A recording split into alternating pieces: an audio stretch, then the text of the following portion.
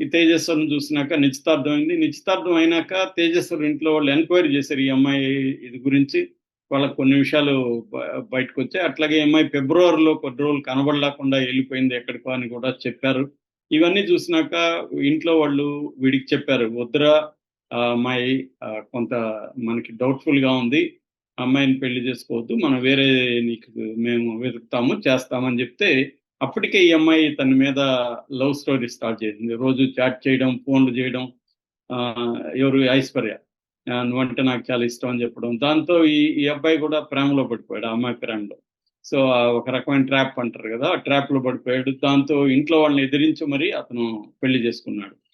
So పెళ్లి చేసుకున్నాక నిజానికి ఇష్టపడే పెళ్లి. ఇతనంటే కూడా ఇష్టం ఉంది. ఈ అమ్మాయి ఏందంటే ఆహ్, నిశ్చితార్థం అయినాక కూడా ఇతనితో చాట్ చేస్తుంది. మరోవైపు ఆహ్, తన లవర్‌తో కూడా, తిరుమలరావుతో కూడా చాట్ చేస్తుంది. తన అమ్మ లవర్, ఇద్దరు లవర్‌తో చాట్ చేస్తుంది. సో పెళ్ళయింది. పెళ్ళైనాక ఈ అబ్బాయికి డౌటొచ్చింది. ఎందుకంటే పెళ్ళైనాక దాదాపు పోలీసులు చెప్తున్నదేమంటే, తిరుమలరావుతో 2000 కాల్స్ మాట్లాడిందంట ఈ 29 రోజుల్లో. సో, ఆ అమ్మాయి అంటే ఎంతగా ఆ అమ్మాయికి మగవాళ్ళు పిచ్చుందా? లేకపోతే తిరుమలరావుతో పిచ్చుందని మనకర్థమవుతుంది. సో, అంతసేపు కాల్‌లో మాట్లాడుతుంటే ఏ అబ్బాయికైనా డౌటొస్తది కాబట్టి, ఈ అబ్బాయికి కూడా డౌటొచ్చింది. దాంతో ఈ అబ్బాయి నిలదీసేసరికి వీళ్ళకి ఇబ్బందయిపోయింది. అంటే వీడినేదో మనం బకరాగా పెళ్లి చేసుకుందాం అనుకుంటే వీడు నన్ను కంట్రోల్ చేయడం మొదలుపెడుతున్నాడు అనే ఒక ఇదొచ్చింది. దాంతో ఈ అమ్మాయే తిరుమలరావుని అడిగిందని చెప్తున్నారు. వీడినేదన్నా పద్ధతిలో వదిలించుకోవాలా? వీడు వదిలేయట్లేడు. వీడిని చంపేస్తే మనం ప్రశాంతంగా ఉండొచ్చు. నేను విధవైపోతాను కాబట్టి ఇంక నాకెవరు పెళ్లి కాలేదని అడగరు. గమ్ముని ఉండిపోవచ్చు హ్యాపీగా మనిద్దరం అనేది ఈ అమ్మాయి ఒక ఆహ్, ఇది అప్పీల్ చేసింది తిరుమలరావుకి. వాళ్ళ అమ్మ కూడా దాన్ని సపోర్ట్ చేసింది. దాంతో తిరుమలరావు తనకు తెలిసినోడిని ఎవరినో పట్టుకున్నాడు. ఇలాగ ఒక అతన్ని చంపాలి, నీకు తెలిసినోళ్ళు ఎవరైనా ఉన్నారంటే అతని మనోజ్‌ని పట్టుకున్నాడు. సో, మనోజ్‌కి 75,000 అడ్వాన్స్ ఇచ్చారు. టోటల్ అమౌంట్ ఎంత అనేది ఇంకా క్లియర్‌గా లేదు.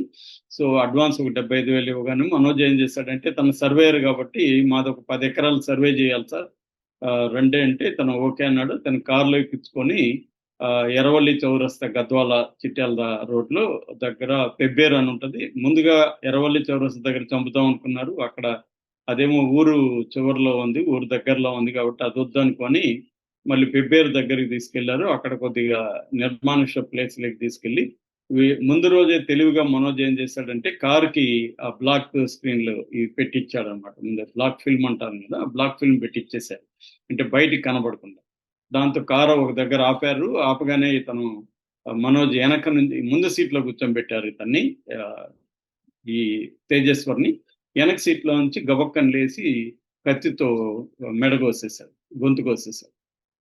ఇది ఇతను అరుపులు అవి ఉన్నాయి గానీ బయట ఎవడికి కనబడలేదు, ఇనబడలేదు.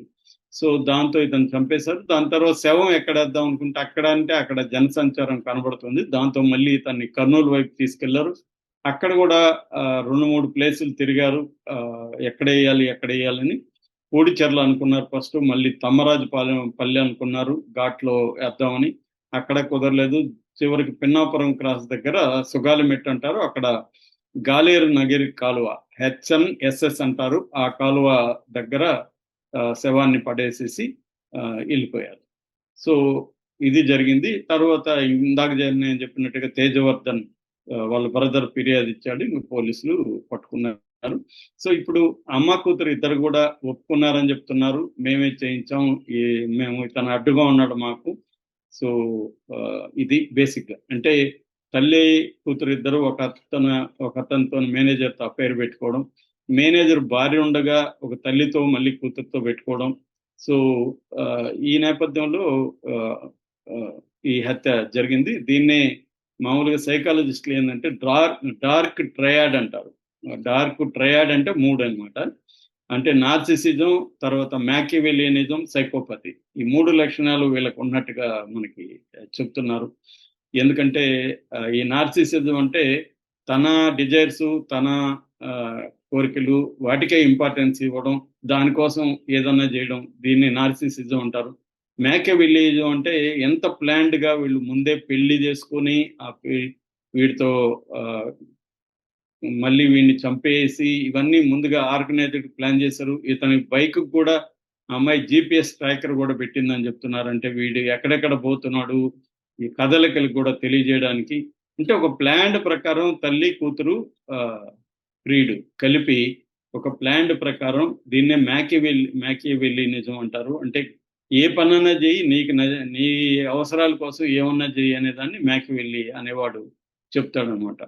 ఇక మూడోదేమో సైకోపతి. అంటే ఇంత ఇతరుల ఒక ఫీలింగ్స్‌ని గాని, వాడిని పాపం ప్రేమలో దించి మనమే గదా పెళ్లి చేసుకున్నాము, ఇతన్ని చంపొచ్చా అనేది గూడా లేకుండా, ప్రాణానికి ఏమాత్రం విలువ లేకుండా ఎంపతి అంటారు. ఎంపతి ఉండదు. ఇతరుల ఫీలింగ్స్ పట్ల ఏమి ఉండదు. అటువంటి ఒక బిహేవియర్‌ని సైకోపతి అని పిలుస్తారు. సో, ఈ 3 లక్షణాలు వీళ్ళకి ఉన్నట్టుగా చెప్తున్నారు. ఏదేమైనా ఈ పోలీసులు దీన్ని ఏ స్థాయి వరకు తీసుకెళ్ళి వీళ్ళకి శిక్ష పడేట్టుగా చూస్తారనేది మనం చూడాలి. ఎందుకంటే బ్యాంక్ మేనేజర్‌కి పరపతుంది, డబ్బులుంది.